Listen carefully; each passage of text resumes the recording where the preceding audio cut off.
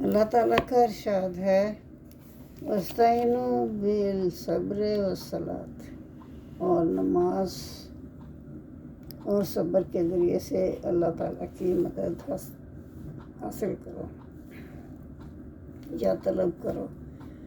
نماز روحانی امراض کا علاج ہے۔ اس کی وجہ یہ ہے کہ نماز دل کو قوت اور مسرت بخشتی ہے۔ فرحت اور لذت کے لیے سب سے بڑا عمل نماز ہی ہے۔ نماز کے ذریعے سے قلب و روح کا تعلق اللہ تعالیٰ سے قائم ہو جاتا ہے، اللہ کے قرب حاصل ہوتا ہے، اس کی یاد کی نعمت عظمیٰ ملتی ہے، اس سے راز و نیاز کرنے کی خوشی نصیب ہوتی ہے، اس کے دربار میں باریابی کا شرف حاصل ہوتا ہے، سارا بدن، اس کی ساری قوتیں اللہ کی عبودیت میں مشغول ہو جاتی ہیں، جسم کے ہر عضو کو عبادت میں اپنا حصہ مل جاتا ہے، مخلوق سے تعلق، میل جول اور بات چیت ترک کر کے دل اور جسم کی تمام قوتیں اپنے رب اور اپنے خالق و مالک کی طرف کشش محسوس کرتی ہیں، اور نماز کے دوران وہ اپنے دشمن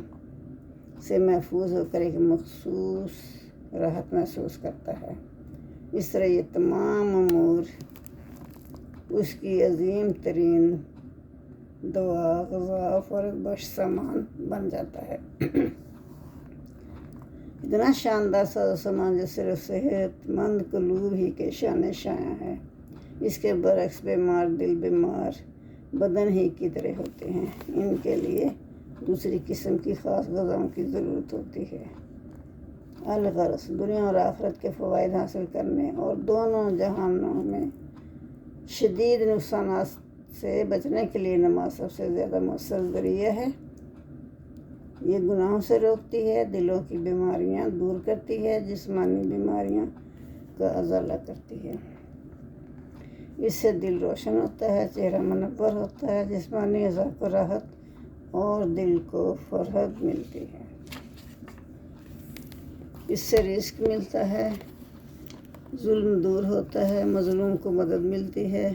ناروا خواہشات دب جاتی ہیں، اس کی برکت سے نعمتوں کی حفاظت ہوتی ہے، اللہ کا عذاب ٹلتا ہے، رحمت نازل ہوتی ہے، پریشانی دور ہوتی ہے، پیٹ کی بہت سی بیماریوں سے افاقہ ہو جاتا ہے۔ سیدنا ابو ہریرہ رضی اللہ تعالیٰ عنہ سے روایت ہے کہ انہوں نے فرمایا مجھے پیٹ درد کی شکایت ہے، محمد صلی اللہ علیہ وسلم سے فرمایا، تو انہوں نے فرمایا تم مجھے ایسے کرو، اگر تمہارے پیٹ میں درد ہے اٹھو اور نماز پڑھو، اس لیے کہ نماز میں شفا ہے۔ یہ حدیث ابو ہریرہ رضی اللہ تعالیٰ سے موقوفاً بھی مروی ہے، یعنی انہوں نے یہ بات اپنے شاگرد کو بھی بتائی تھی، اور یہی بات زیادہ صحیح ہے۔ اگر اس علاج سے بے دین معالجوں کی تسلی نہیں ہوتی تو انہیں طبی اصولوں کی روشنی میں اس طرح سمجھایا جا سکتا ہے، نماز میں بدن اور روح دونوں کی ورزش ہوتی ہے، کیونکہ یہ مختلف حالات پر مشتمل ہے، جیسے قیام، رکوع، سجدہ، حالت تشہد، اور ایک حالت سے دوسری حالت کی جانب منتقل ہونا۔ اسی وجہ سے جسم کے اکثر جوڑ حرکت میں آتے ہیں اور اکثر اندرونی اعضاء پر دباؤ پڑتا ہے، مثلا معدہ، آنتیں، سانس لینے والے اور غذا سے تعلق رکھنے والے اکثر اعضاء نماز کی نقل و حرکت سے متاثر ہوتے ہیں، اس لیے اس میں حیرت کی کوئی بات نہیں کہ ان حرکات و سکنات سے قوت حاصل ہوتی ہے اور مضر مواد جو ہے وہ تحلیل ہو جاتے ہیں، بالخصوص اس لیے بھی نماز میں نفس انسانی کو قوت اور انشراح حاصل ہوتا ہے، اس لیے طبیعت قوت پا کر تکالیف پر غالب آ جاتی ہے، یوں نماز شفا